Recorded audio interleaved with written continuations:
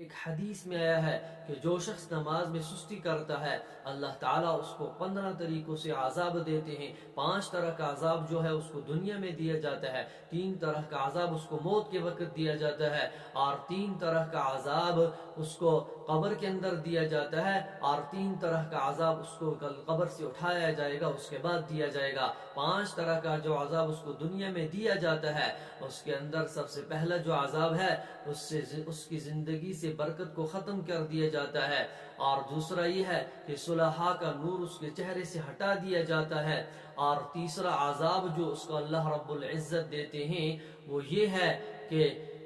اس کی زندگی سے جو نیک کاموں کا اجر ہے وہ ہٹا دیا جاتا ہے، یعنی نیک کام جو اللہ تعالیٰ کرنے کی توفیق دیتے ہیں وہ اس سے چھین لیا جاتا ہے۔ اور چوتھا عذاب جو ہے اس کی دعا قبول نہیں ہوتی ہے، جو شخص نماز میں سستی کرتا ہے اس کی دعا قبول نہیں ہوتی۔ اور اسی طریقے سے جو اس کو 5واں عذاب جو ہے نیک لوگوں کی دعاؤں میں اس کا حق نہیں رہتا۔ یہ 5 طرح کا عذاب جو ہے وہ اس کو دنیا میں دیا جاتا ہے، اور 3 طرح کا عذاب اس کو مرنے کے وقت یعنی موت کے وقت دیا جاتا ہے۔ اس میں سب سے پہلا یہ ہے کہ وہ ذلت سے مرتا ہے،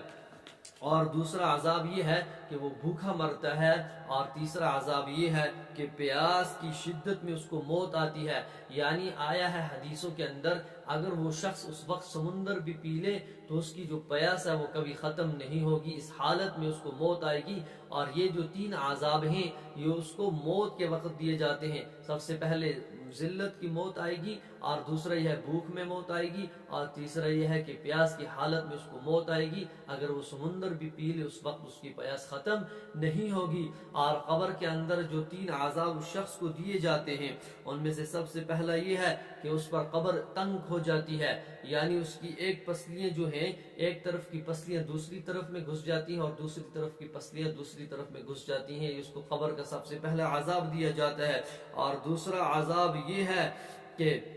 اس کی قبر میں آگ جلا دی جاتی ہے، یعنی جب اس شخص کو دفن کر دیا جاتا ہے اور دفنانے کے بعد جب اس کو فرشتے آتے ہیں اور جب حساب و کتاب ہوتا ہے، اور اللہ بچائے ہم سب کی اللہ حفاظت فرمائے، جب وہاں کوئی ایسا شخص پہنچ گیا جو نماز میں سستی کرتا ہے اور اس کو یہ عذاب لگ گیا تو اس کی قبر میں کیا کر دیا جاتا ہے؟ قبر میں آگ جلا دی جاتی ہے۔ اور تیسرا عذاب یہ ہے کہ اس پر ایک سانپ مسلط کر دیا جاتا ہے، ایک سانپ مسلط کر دیا جاتا ہے جو قیامت تک اس کو ڈستا رہے گا، یعنی وہ سانپ ایسی شکل کا ہوگا جس کی جو ہے ایسی شکل کا مسلط ہوتا ہے جس کی آنکھیں آگ کی ہوتی ہیں، اور جو ناخن ہوتے ہیں وہ لوہے کے ہوتے ہیں، اور اتنے لمبے ناخن ہوتے ہیں کہ فرمایا کہ اگر ایک دن بھی اس پر چلا جائے تب جا کر اس کا انسان اس کی آخر پر پہنچ جائے گا۔ اور اس کی آواز جو ہے وہ بجلی کی طرح ہوتی ہے، یعنی جیسے وہ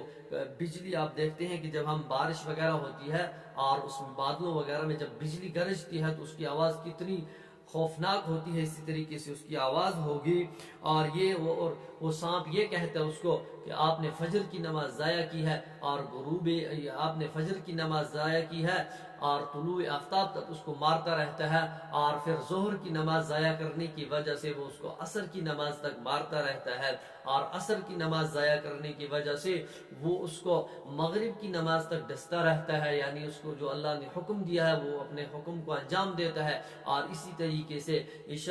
مغرب کی نماز ضائع کرنے سے عشاء کی نماز تک، اور عشاء کی نماز ضائع کرنے کی وجہ سے صبح تک اس کو مارتا رہتا ہے، یعنی اس کو ڈستا رہتا ہے۔ اور جو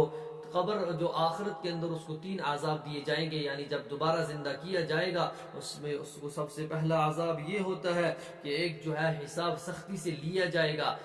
حساب و کتاب اس سے بہت زیادہ سختی سے لیا جائے گا۔ اور دوسرا یہ ہے کہ حق تعالی شانہ اس سے ناراض ہوں گے،